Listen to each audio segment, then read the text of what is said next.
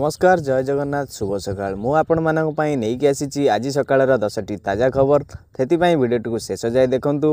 वीडियोटी भल लागिले लाइक कर देबे और चैनल रे नुआ थले सब्सक्राइब करी पाखर थिबा बेल आइकन को ऑल ले सेट कर देबे। तो चलंतु डेरी नगरी वीडियोटी को स्टार्ट करिबा। मार्च 5 बुधवार ठारू आरंभ हेबो सुभद्रा रैली। प्रति पंचायत रे हेबो एही रैली। आसंता 8 तारिख पर्यंत चलिबो एही रैली। एथि पई एसओपी जारी कले राज्य सरकार। प्रति ग्राम पंचायत रे 100 महिला एही रैली रे जोग देबे। एथिपई प्रति ग्राम पंचायत को 7500 टंका दिया जाइछि। बीडीओ एवं सीडीपीओ एहार तदारक करिवे। उल्लेखयोग्य जे मार्च 6 रे मिलिबो सुभद्रा प्रथम किस्तिर पंचम पर्याय टंका। प्रथम किस्तिर पंचम पर्याय रे सुभद्रा योजना रे 1,70,000 महिला टंका पाइबे।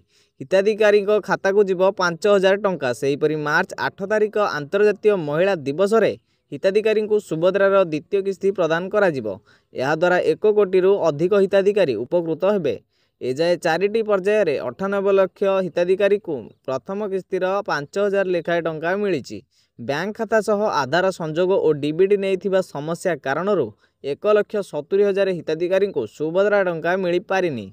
सुभद्रा प्रथम किस्तीर एमाने शेष हिताधिकारी होइथिबा बेले मार्च 6 रे पंचम पर्याय रे एमान को प्रथम किस्तीर टंका मिलिबो। मार्च 8 तारिख रे समस्त प्राय 1 कोटी हिताधिकारी को मिलिबो द्वितीय किस्तीर टंका। परवर्ती खबर स्कूल और कॉलेज पिलांक पई बड़ घोषणा। आज अर्थात मार्च 5 रे स्कूल और कॉलेज खोला ना बंद रहिबो एने आसीची बड़ अपडेट। गण शिक्षा विभाग परे वर्तमान उच्च शिक्षा विभाग निर्देश जारी करिछि। आज सबु स्कूल और कॉलेज खोला रखिबाकू निर्देश जारी होईछि। गण शिक्षा विभाग परे उच्च शिक्षा विभाग एने निर्देश देइछि। उच्च शिक्षा अधीन रे आसुथिबा समस्त शिक्षानुष्ठान खोला रहिबो बोली नोटिस रे कुहा जाइछि। सबु स्कूल खोला रहिबो। विद्यालय और गणशिक्षा विभाग पक्षरु मंगलवार निर्देश जारी होईछि। समस्त जिला शिक्षाधिकारी को एने विभाग पक्षरु चिट्ठी लेखा जाइछि। पंचायती राज दिवस पालना पई पूर्वरु मार्च 5 छुट्टी रहुतला। एप्रिल 24 रे पंचायती राज दिवस पालिबाकू सोमवार निष्पत्ति होइथिला।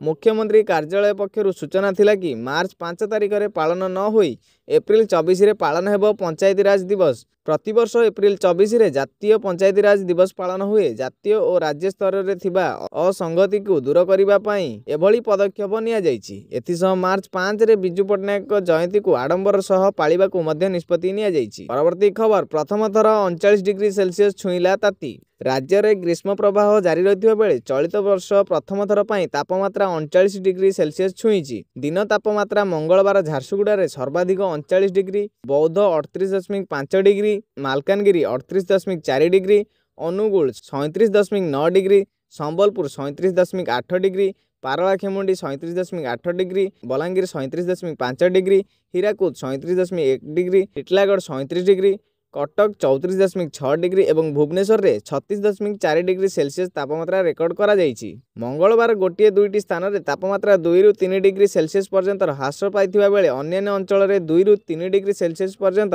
तापमात्रा वृद्धि परिलक्षित होइछि। आभ्यंतरीण ओडिशार किछि जिल्ला रे स्वाभाविक ठारू 3 रु 4 डिग्री सेल्सियस अधिक तापमात्रा रेकर्ड होइछि। आभ्यंतरीण ओडिशार केतक स्थान समेत उपकूल ओडिशार किछि स्थान रे स्वाभाविक ठारू 2 डिग्री सेल्सियस पर्यंत अधिक तापमात्रा रहितला। तेबे आसंता 4 रु 5 दिन एभली तापमात्रा अनुभूत हेबाकू थिबारु खरा और गरम राज्यवासी को कलबल करिवो। सूचना थाउ कि मंगलवार सकाळु गंजाम जिल्ला रे घन कुहुडी एवं खोर्धा जिल्लार विभिन्न स्थान रे हालुकारू मध्यम धरणर कुहुडी देखिबाकू मिलिथिला। परवर्ती खबर बढ़िबो कि बिजुली दर जानंतु कोन कहिले मंत्री। बिजुली दर वृद्धि प्रसंग में शक्ति मंत्री केवी सिंहदेव बड़ बयान देइचंती। राज्य में बिजुली दर बढ़िबनी बोली मंत्री कहिचंती। राउरकेला रे शक्ति मंत्री केवी सिंहदेव एही सूचना देइचंती। महंगा माड़ रे बिजुली बिल लोकों समस्या को बहुगुणित करि पकाउची। मास शेष में आसुथिबा बिजुली बिल लोकों पकेट को खाली करि देउची। फल सेमाने नाही नथिबा असुविधार सामना करूचंती। परवर्ती खबर 5टारू राति 10टा पर्यंत श्रीमंदिर रे सर्वसाधारण दर्शन बंद। श्रीमंदिर रे आज ठारू 5 घंटा बंद रहिबो जगा दर्शन। बुधवार फाल्गुन शुक्ल षष्ठी तिथि रे श्री विग्रह मानक बनक लागि नीति अनुष्ठित हेबो। तेणु द्वितीय भोग मंडप भोग शेष हेबा परे अपातत अपराह्न 5टारू राति 10टा पर्यंत सर्वसाधारण दर्शन बंद रहिबो। परवर्ती खबर चैंपियंस ट्रॉफी फाइनल रे पहुंचिला टीम इंडिया।